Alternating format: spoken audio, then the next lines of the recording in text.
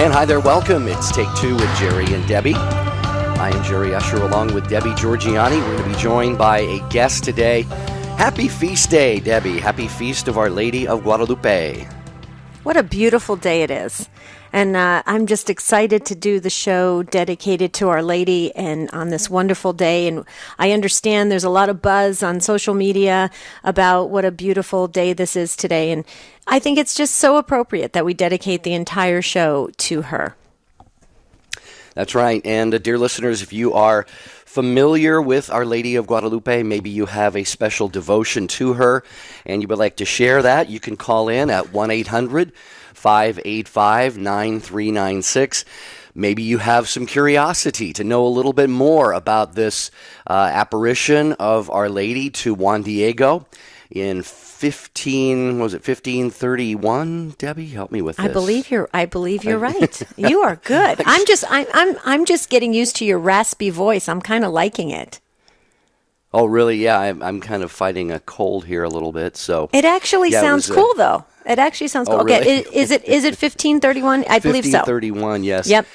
And so this has really become a world famous devotion around the appearance of Mary to Juan Diego and the little innocent boy that he was, and ended up convincing his bishop through the roses and the tilma and all of that. So, dear folks, again, 1-800-585-9396 if you've got an Our Lady of Guadalupe story or a devotion, or if you would like to ask a question about the apparition there, 1-800-585-9396, or you could text the letters EWTN to 55000, and a small data rate may apply depending on your phone plan. Okay, get this. So Matt Gabinski, he's right on top of things. He said he just checked, and Our Lady of Guadalupe on Facebook, 1 million people are talking about her. 1 million, Jerry. That's great. Truly incredible. That's very inspiring, and that gives us all encouragement that things are headed in the right direction, because Our Lady is definitely our mom. But like Jerry said, 1-800-585-9396. That's the number to dial if you want to get in on this conversation. Typically, Take Two conversations are very fast, and they're fun, and they're interactive, but you got to jump in. If you're feeling tugged by the Holy Spirit, call in, and we'd love to hear from you. Well, I mentioned we're going to be joined by a guest today, and a couple of reasons for that. Al Napleton is our guest, and Al is a devotee of Our Lady of Guadalupe. He lives in Dallas and has a strong devotion to her, but Al is also helping to put together a movement called Viva Guadalupe, and the centerpiece of that is going to be an international pro-life congress in Mexico City in 2018, so we're going to hear about that as well. And many of you may know Al from his founding and his work with the Catholic Marketing Network, and so many other things that we could say. Al helps to put together the EWTN family celebrations. So Al Napleton, it is great to have you on Take Two with Jerry and Debbie. How are you? Jerry and Debbie, two of my most favorite people. It's great to be with you, and it's great to be talking about this great subject of Our Lady of Guadalupe. Oh, Al, that's so kind of you. You need more friends, Al. Well, I have been told I need to get out more. But hey, it worked for us. It made our day, Al, and we're so glad you could join us this entire hour. And a lot of our listeners and the ones that are prompted to call in probably have a lot to say about Our Lady of Guadalupe. And it sounds like with you planning this amazing international pro-life Congress that's going to happen in 2018, sounds like you are really devoted to it, as Jerry said. I am, Debbie. I'm a revert of close to 30 years now, 27, 28 years, I think, similar to your story, Jerry. And although a cradle Catholic, didn't know much about my faith and had gotten away from practicing my Catholic faith, but had a very dramatic, instantaneous kind of conversion experience, and found myself, of all places, in Mexico City at the shrine of Our Lady of Guadalupe all those years ago, and have since visited dozens and dozens and dozens of times, and brought hundreds of people down to the shrine. So be impossible for me to separate my own faith walk from Our Lady of Guadalupe, and for that I'm very, very grateful. Well, Al, if you could give us just maybe the elevator version of the history. I mean, this could be, when I was a seminarian, I spent a summer in Mexico, and we had some courses on the apparitions and the tilma and the meaning and the message and the historical setting and so forth. It's just fascinating. Give our listeners just a 1 or 2 minute snapshot of the apparitions and basically just describe them for us. Well, certainly, Jerry, and as you mentioned, Our Lady did appear to a humble indigenous Mexican man in 1531. She actually appeared December 9th, and she appeared 4 times. The December 12th anniversary date is the date of the final 4th appearance, and it was at that appearance that she instructed now St. Juan Diego to bring a message to the Bishop Zumarraga. Bishop Zumarraga was questioning the authenticity of Juan Diego's request, as you might imagine, to build a temple there, a church at Tepeyac Hill. So on that last occasion, appearance, as he was approaching Tepeyac Hill, our Blessed Mother appeared to him and instructed him to go up to the top of Tepeyac Hill, pick some roses. Now, it's winter in December in Mexico City like it is here, so right. Flowers don't grow in the winter, and these were not wildflowers that he found. These were Castilian roses. And so he did. He picked them, brought them back down, and there's a lot of endearing elements to the Guadalupe story, but with her own hands, she arranged them in the tilma, and he folded that tilma up, to his chin, so he wouldn't lose them, and they wouldn't be disturbed. And then, of course, brought them to see the bishop. And upon entrance, he said, well, that he had the sign that the bishop was looking for, and dropped his tilma, and of course the roses came cascading down, but not just those roses, but the mystical rose of heaven appeared on his tilma, and they immediately the bishop fell to his knees. Really, it's kind of interesting, but although the tilma is now almost 500 years old, modern science is telling us more and more about that, because a few decades ago, a world-renowned eye doctor had taken a look into the eyes, and you can see a reflection in her eyes of Juan Diego, Bishop Zumarraga, and also I think 2 other individuals there that were in the room. So at that very instant, it was kind of captured for us in the tilma. One of the amazing things about the miraculous tilma. Al, let me ask you a question, because as I was going around on Facebook and kind of doing the same thing Matt Gabinski was doing, checking out to see how many people were talking about Our Lady of Guadalupe, there's all these myths and all these different things floating around about what really happened. What can you share anything about? Because I had read something. Tell me what's fact and what's fiction about Saint Juan Diego. Did he actually exist, or is it something? I mean, he did, right? Obviously, when they made him saint. But there's all this talk going around saying something about that possibly there's no person per se, but that wouldn't make sense because you could see the reflection in her eyes. So, can you share a little bit about that? Have you heard anything on that?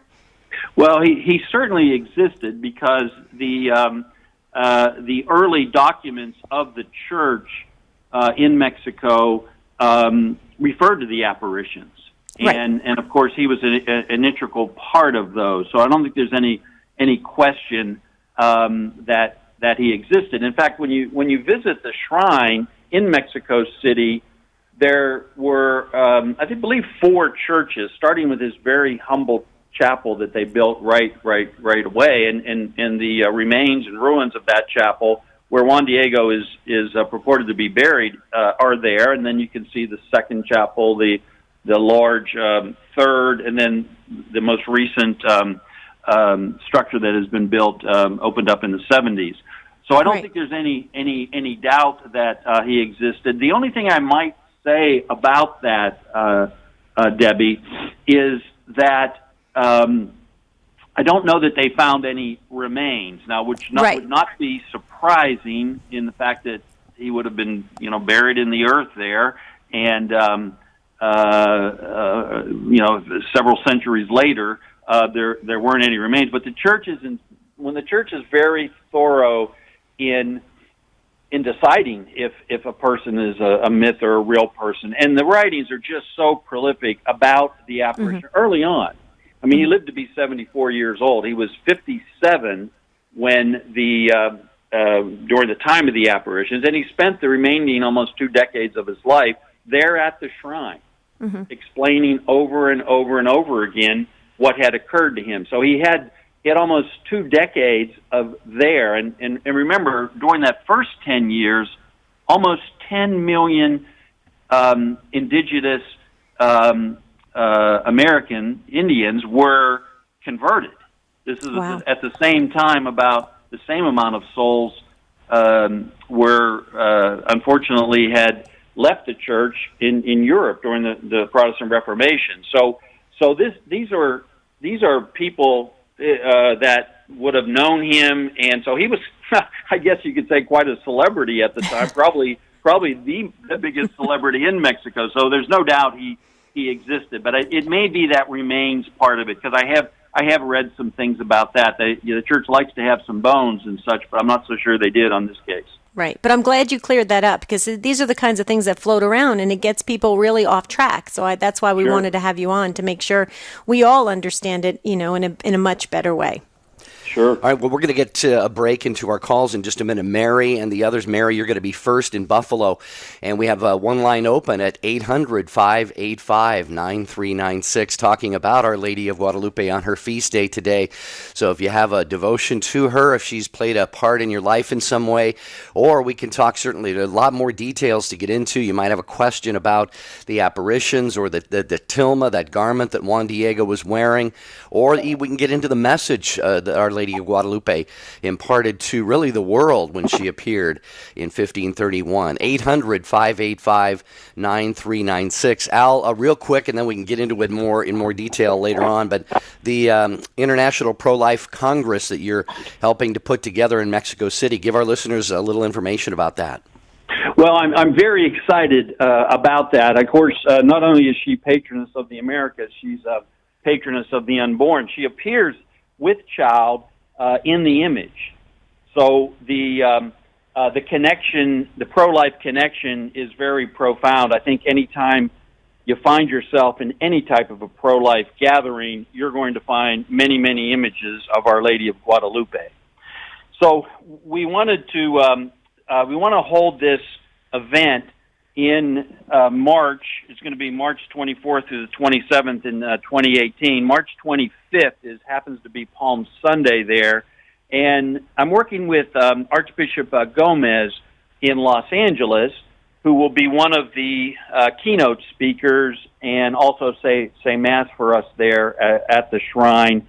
And just returned, in fact, I just got back from Mexico City. I'll be going back down in January, working on some of the mechanical elements. As you mentioned, I do this for my own organization and EWTN and such, so you've got to get the hotel rooms and all the other elements. But we want this to be an international gathering, because I think her role in the pro-life battle is international, and we're sending invitations out and finalizing those details now.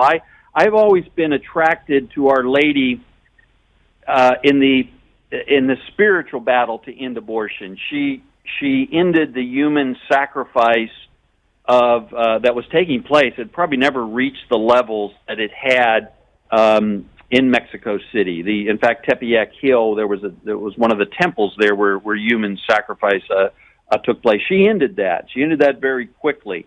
And as we know, abortion, there are many important elements to ridding this scourge of abortion, and they're all important. and they're all important, whether it's political or any type of other activity. But the spiritual battle is something very early on that I was very drawn to, and so part of what we're trying to do there is also establish a more permanent international a place of reparation and an international memorial to the unborn. So, Lord willing, those things will come to reality. But we're definitely holding this first pro-life conference there in 2018, Jerry, and very much. There's a lot of enthusiasm.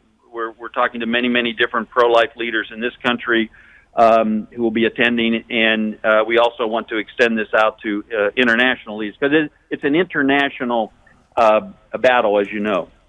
Oh, absolutely. And Al, I'll tell you, having Archbishop Gomez, that's fantastic. It sounds really fascinating, and so we definitely are going to keep tabs on this to make sure we can hopefully be a part of it as well. But right now, our listeners are calling in, and they have things to say about Our Lady of Guadalupe. So we have Al Napleton with us the entire hour. If you want to jump in, the number to dial is 1-800-585-9396. We're going to hit the pause button. There's that beautiful music just for a moment, just so that we can get everybody screened and ready to go. But Mary, you're going to be up first when we come back on the other side of this break. So stay with us on Take Two. We are celebrating Our Lady of Guadalupe.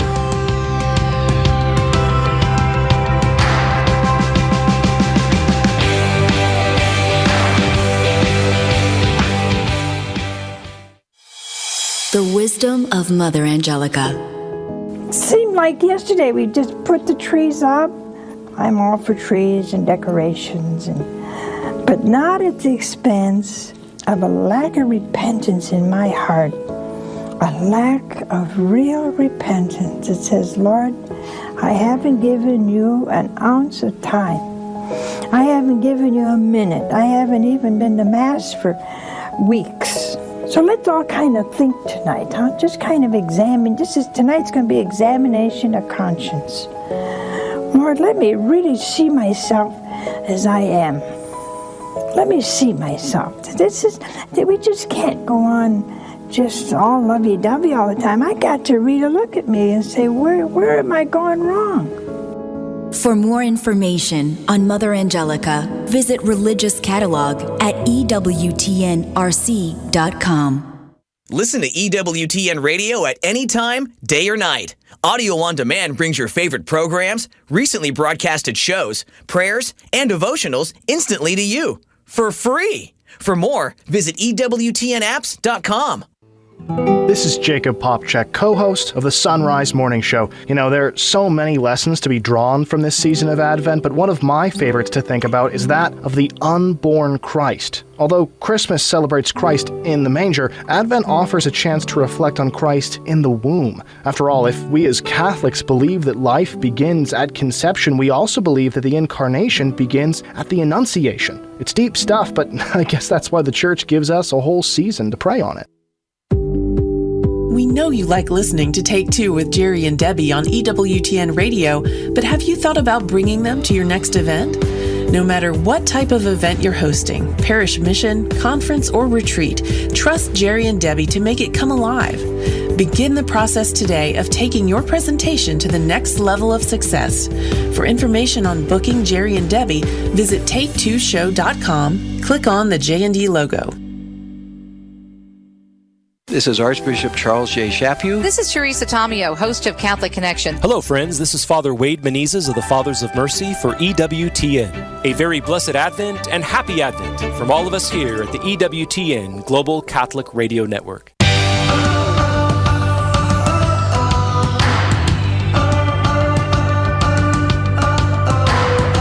Always good to have you with us on Take Two with Jerry and Debbie. And Al Napleton is our guest today, and he is helping to put together Viva Guadalupe. It's an international pro-life congress in Mexico City in 2018. As we just heard, Archbishop Gomez of Los Angeles is one of the main speakers. Al, real quickly here, and then we'll get to calls. Is there a website, some place that people can get information and maybe even keep on top of the progress of this and be a part of it? There is, Jerry. It's Viva Guadalupe, VIVA, Guadalupe.org, and that's where we'll be opening up registration in a couple of months for the 2018 event, and also talk about the mission statement of Viva Guadalupe. The annual Pro-Life Congress is just one of kind of four main elements there that make up Viva Guadalupe. So any of your listeners are welcome to go to the site, and they can see the mission statement for the entire Viva Guadalupe movement. So vivaguadalupe.org. Don't forget, Take Two listeners, make sure you check it out from time to time so you can be a part of it. Okay, Mary, you have been waiting so patiently. You were first in on Take Two and listening to EWTN Radio in Buffalo, New York on the Station of the Cross. Hi, Mary. Welcome to Take Two. Hi. Hi. Okay. Well, so here's my Our Lady of Guadalupe story. I had 3 healthy children. And after I had them, I wound up having 4 miscarriages in a row. And at the time, I was in a prayer group with women, and one of the women gave me a poster of Our Lady of Guadalupe. And she said, Mary, she's the patron saint of the unborn. And she said, I just want you to have this. Well, and I come to find out that that's the only picture of Mary with child. And so I went to the doctors because I had these 4 miscarriages. There was something up. And he said, Mary, please don't get pregnant again. We have got to figure out what is the matter with you. Well, I got pregnant again. And as soon as that happened, I told my husband, I said, I want to get this poster framed. I want it blessed. I want to put up in our house. And I put my hand on Mary's belly, and I put my other hand on my belly. I prayed every day to Our Lady of Guadalupe. And that child came to be. He is 20 years old now. I've always been drawn to that icon. I've seen it so much. It's everywhere. And I've always been drawn to it, so drawn to it. And I am a religious ed teacher. I teach 3rd grade. First Holy Communion, and I'll tell you what, I bring that framed picture every year, and I'm telling the children about these incredible miracles. When I'm 59 years old, when I was a child, I was in awe of the saints. I was in awe of the miracles that happened with saints. There was such a reverence, and we have lost so much of that, especially with our children. And I can honestly say that those kids, they look at that picture and they are in awe. They are in awe. They just want to come up. They want to touch it. And when I tell them that story about Juan Diego, they're blown away. And so Our Lady of Guadalupe has always been a big part of my life. I love her, and I know she loves me, and I hope that lifts some listeners today. Yeah, Al, your thoughts on Mary. By the way, beautiful name, Mary, of course. But Al, that's you probably hear a lot of stories like that. You know, Jerry, I do, and Mary, that's a beautiful story. I know of others that attribute their children as a gift from Our Lady of Guadalupe. I have a 21-year-old son, John Paul, that I will take to my grave is a gift from Our Lady of Guadalupe. So this is something that you hear quite often. The tilma itself is miraculous. It's important to remember that that Our Lady left that tilma for a purpose, and there's miraculous elements to it. The fact that it exists after all these years. Al, hold that thought for just a second there. We got that immovable break here. We'll let you finish that thought for Mary in Buffalo when we come back. It's Take Two with Jerry and Debbie talking about Our Lady of Guadalupe on her feast day. Welcome to EWTN's Catholic Almanac. Today is December 12th, and today is the feast of Our Lady of Guadalupe. On this day in 1531, the Blessed Virgin Mary imprinted her image on the cloak of Saint Juan Diego as proof for the local bishop as to her identity. That cloak can still be seen in Guadalupe, Mexico. For more information on Our Lady of Guadalupe, log on to EWTN.com. Living the Beatitudes with Father Bjorn. Blessed are those who mourn, for they shall be comforted. This strange beatitude reminds us that Jesus is challenging us with his ways to heaven on a new exodus. We're leaving behind the Egypt of this world to find the eternal paradise of heaven. When we tend to think of happiness, we tend to think of it in a self-centered way, a possession of a temporary good or passing fancy. But Jesus is calling us into eternal happiness. And actually, morality is a search for happiness, says Dominican priest Servais Pinckaers. We're looking to be happy, and a lot of times we end up at dead-end roads that don't lead us to where we want to go. How can we be blessed when we mourn? In sorrow and difficulty, hardship and cross, we are called closer to Jesus. It's God's fingerprint in our heart reminding us that we're made for eternal happiness. Blessed are those who mourn, for they shall be comforted. EWTN. Live truth. Live Catholic. Looking for a unique setting for spiritual renewal at a religious shrine so beautiful it had to be divinely inspired? And the world's largest religious media network? Start your Catholic pilgrimage today with EWTN. Call 205-271-2966. This is Peggy Normandin, host of Call Me Catholic. Hi, this is Tim Staples from Catholic Answers Live. This is Michael Warsaw, Chairman and Chief Executive Officer of EWTN, wishing you a blessed Advent from all of us at the EWTN Global Catholic Radio Network.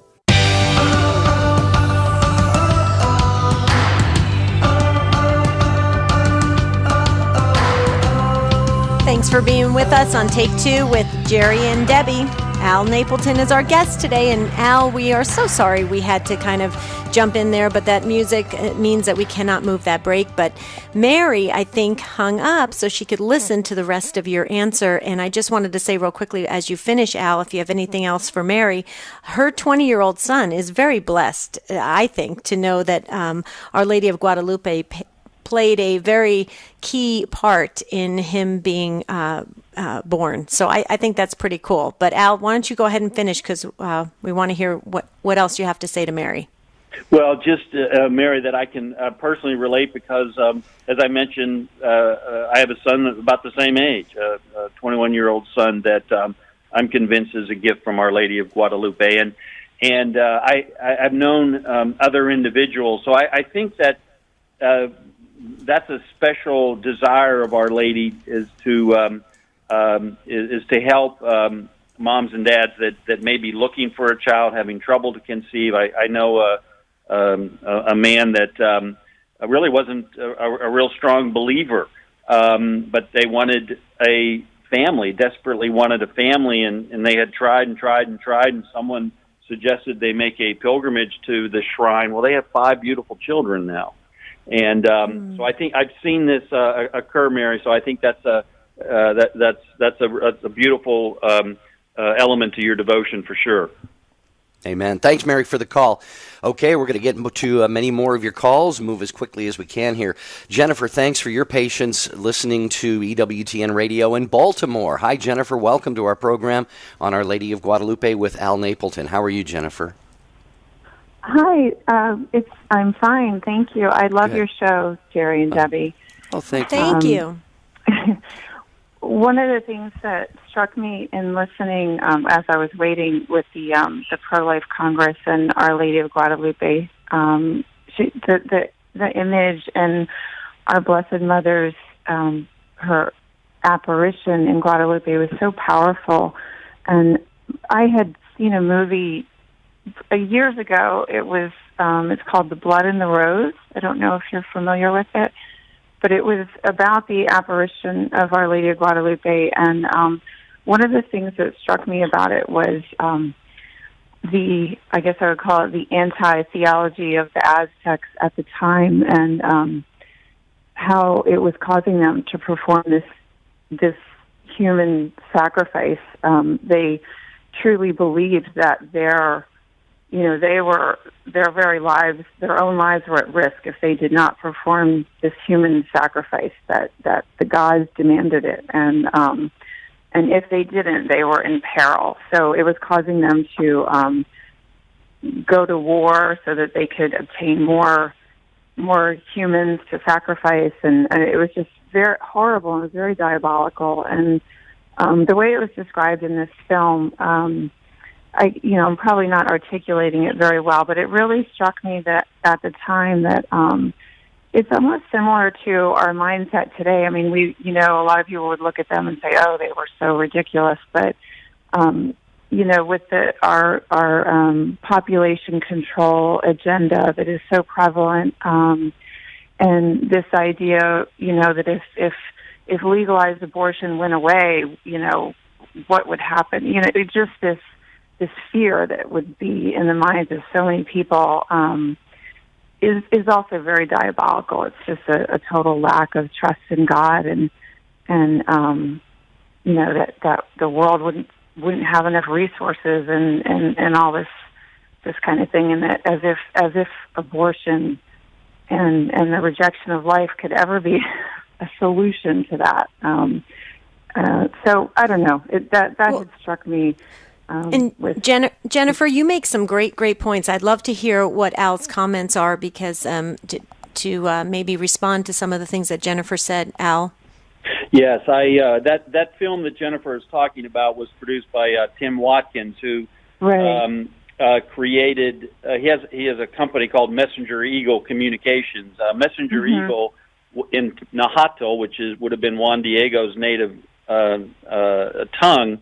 His name stood for Messenger Eagle. So Tim is a friend and a big devotee of Our Lady of Guadalupe. But Jennifer brings up a very important point, and we hear in Scripture the enmity that's between the devil and our Blessed Mother, and that he knows she will crush his head. So he has just like we all have a special love for our Blessed Mother, he has a raging hate for our Blessed Mother. So the battle has played itself out in Mexico City at the shrine.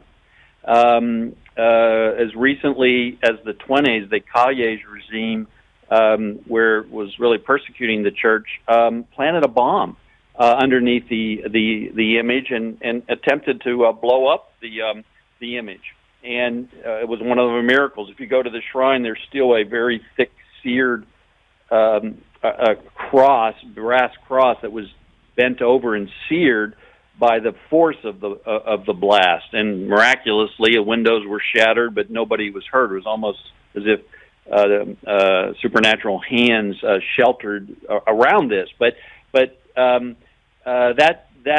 that was the attempt. There's another element to me that has played out very clearly in the sense that although 10 million people a year visit the shrine in Mexico City, they say it's the second next to the Vatican, the most visited shrine in all the world, certainly the largest Marian shrine. Very few people from the United States and the English-speaking world have visited. The reason the numbers are so large is that so many people in Mexico, entire villages, walk for days, and they have this tremendous love in their heart for Our Lady of Guadalupe. But I have talked to many people that are very active in the church, and there's a perception incorrectly that, there are places in Mexico certainly that are dangerous, but the Shrine of Our Lady of Guadalupe is not one of them. It's easy to get to, and I believe that there's a spiritual battle, because I know it's a large reservoir of graces. I've experienced those graces in my own life, and I don't think that, quite frankly, the evil one wants you going there. And of course, Our Lady's image is just proliferating all over the world, and I'm sure that and that's a good thing. But these shrines, special things happen at these shrines and such, and one only has to wonder, well, why is that? Why is it so little visited, other than the people of Mexico? And I think that's the real reason for that. Al Napleton with us, Jerry and Debbie on Take 2 on EWTN Radio. Thanks, Jennifer, for your great contribution. 1-800-585-9396, talking about Our Lady of Guadalupe on this, her feast day. We're going to Greg in Toledo, Ohio, listening to EWTN Radio on Annunciation Radio. Hey, Greg, how are you? Hey, very good, Jerry. How are you? And Deb and Al, great to be with you. Is this my seminarian buddy, Greg, who spent the summer with me? This is your seminarian buddy, and we both were blessed to experience Our Lady of Guadalupe, gosh, how many years ago? Many. Don't go there, Greg. It's been 22 years ago. Yes. Well, winter wonderland blessings to the rest of the country. We're under a foot of snow. We're here in Toledo, Ohio, and we will share the wonder that many of you are deprived of. But just a comment. First of all, what a wonderful opportunity to honor our Blessed Mother, Our Lady of Guadalupe. And the comment for me is really in the context of our world and our country right now a little more than a month after the election, where most eyes were and are still focused on the seats of great power. That, let's face it, they demanded, and we gave them a lot of time and attention and focus. And contrasted by that is what? An obscure village woman, Mary, the Mother of God, whom he chose to be born, Jesus to be born in an obscure, smelly stable, and appearing in 1531 to an obscure peasant to pronounce what? God's design for the ordinary, God's design for the inconsequential. And maybe the message for any of our listeners, and certainly to me, is that God chooses the seemingly inconsequential, the obscure, the ordinary. He could have appeared to the bishop. He chose, he chose us. He chose not the person, maybe the talk show hosts on the radio or TV, that we matter, and he wants to use us to make a difference. Yeah, Al, I think that's a great point. What do you think? Well, Greg, I agree. She and an element of that is the fact that when she appeared in 1531, the Rio Grande did not separate Mexico from the United States. It was all the New World, if you will. And she talked about this land and her children. And she's a great unifier in that sense. In a world that is looking to divide and separate the us from the them, our Blessed Mother is just the opposite, because we're all children of God, all of us, and she's the mother of all of us. So it's a very important element of what you're talking about, and of course, most of us lead what would be considered ordinary lives, common lives, but so we're all Juan Diegos in that sense, but we're also transformed by Christ's graces and such. So it's very true. She, as in all Scripture, God seems to work through the little to show His might, and that was certainly the case with Juan Diego. Yeah, Greg and I, as we mentioned, spent a summer together as seminarians in Mexico, learning Spanish. And Greg, I know you were not ordained, nor was I. You've got a family now, but I know you do. You have a ministry. If you want to just give a quick, maybe a website where people can find the great work that you're doing.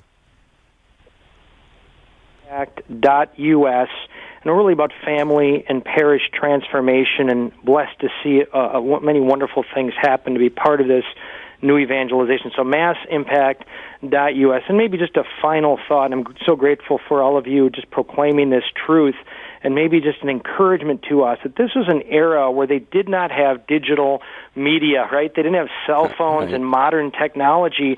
But 10 years later, historians said that as many as 9 million converted to Catholicism, who probably never even heard of Christ before. And of course, Catholicism would have back then been the only understanding of Christianity, but 9 million from very pagan ways of living and culture and thinking, coming to know and claim and live for Jesus Christ in the fullness of our Catholic faith through this beautiful message of the ultimate selfie, our Blessed Mother Mary, Our Lady of Guadalupe.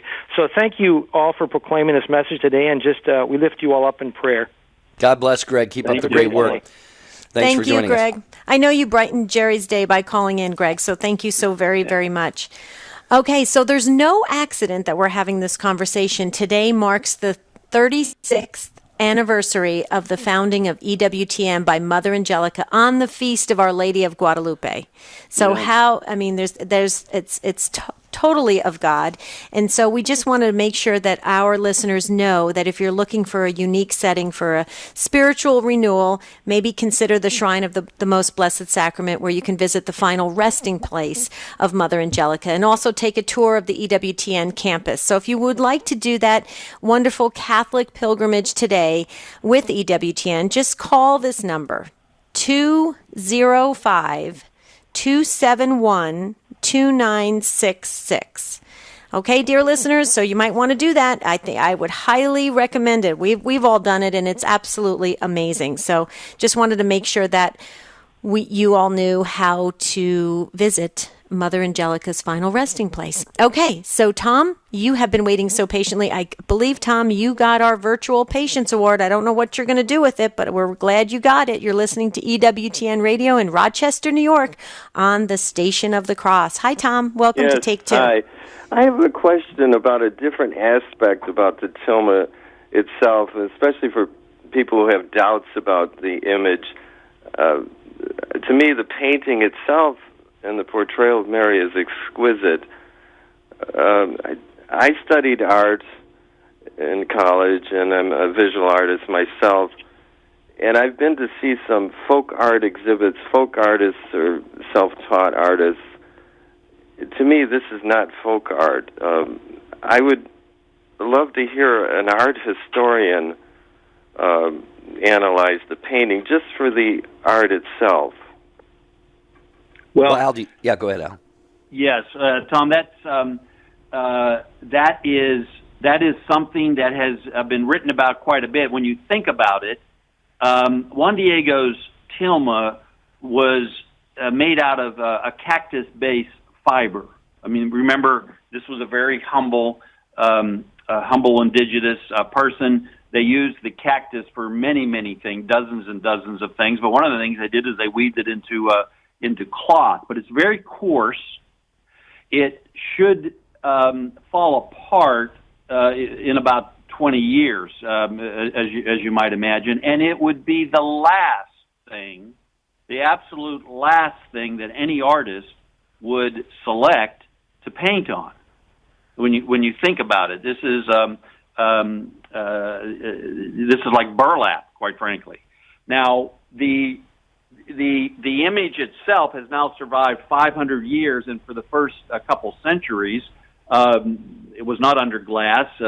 People would touch their swords to it. You'd have this, typically what would be very destructive vapors from candles lit, and it hasn't aged a bit, and has not aged in 500 years. But again, as you know, as an artist, canvas is prepared, stretched a certain way. There's an underlying drawing that is placed on it. None of that exists with the tilma. This is why they say it was painted with miraculous hands. So it has been subject to scientific study now in depth, and so the tilma itself is a perpetual miracle. And this is something that I think it holds tremendous power, tremendous graces for good, and that's all. You know, that's not my opinion. That's our Blessed Mother's and design for this. So it's quite unique in the world of art for sure. How's that? Does that help, Tom? The scientific background, but just the design of the image itself is exquisite. Just her face, the whole portrayal of the elements in the painting, if you will. So. Yes, yeah, and the tender expression of love that's on her face it is quite moving. Yeah, I think it's very, very persuasive. The scientific, if I can put it that way, the examinations of this that have been done and the facts that you just mentioned, Al, and many, many others, it is so persuasive. I was corresponding with Debbie as you were answering. I thought, boy, if non-Catholic Christians and non-Christians really would study things like this and Eucharistic miracles and so forth, there would be a whole lot more very devout Catholics in the world, and that's not meant as a criticism of anyone, but just God gives us these signs to really show himself and to show us his mother and Jesus himself in the Eucharist and so forth, and so we are very, very blessed. Tom, thank you very much for joining us. We appreciate that. Blanca is in Richmond, Texas, listening to EWTN Radio on Guadalupe Radio. How perfect, Blanca, that you're listening on Guadalupe Radio today. How are you? Yes, hello. Hello. Thank you for having me in the show. Sure.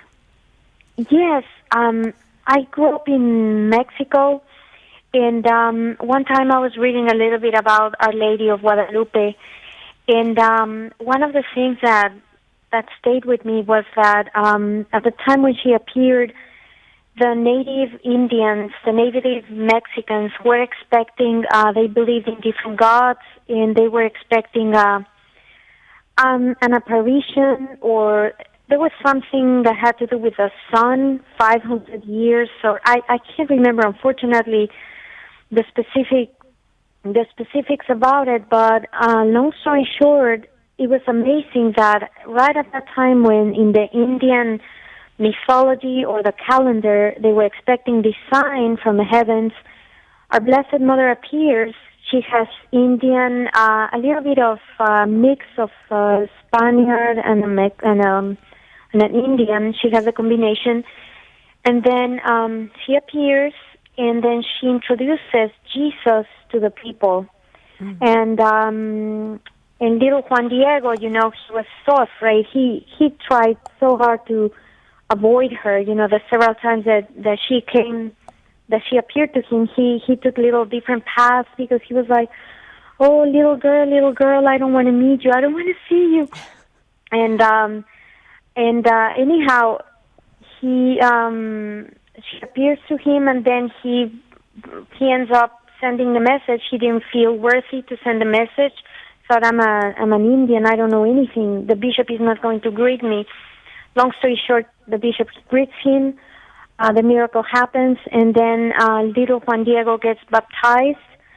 And so anyhow, the comment that I had was that what really stayed with me is how the message is not only it was specific of the time and the culture of Mexico and the Indians, and the Spaniards have, there was a combination of Spaniards.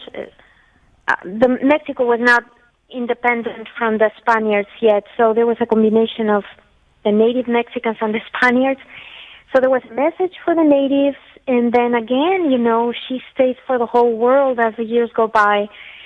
And regarding damage to the cloth, for 100 years, there was no glass covering the painting, and people will rub their rosaries, will touch it with the oils of the hands. 100 years, and we can look at it. And then another accident that happened was that acid was spilled on a corner, and amazingly enough, it didn't dissolve the cloth, or it's still fine. So that's a miracle in itself. So those were the comments that I had.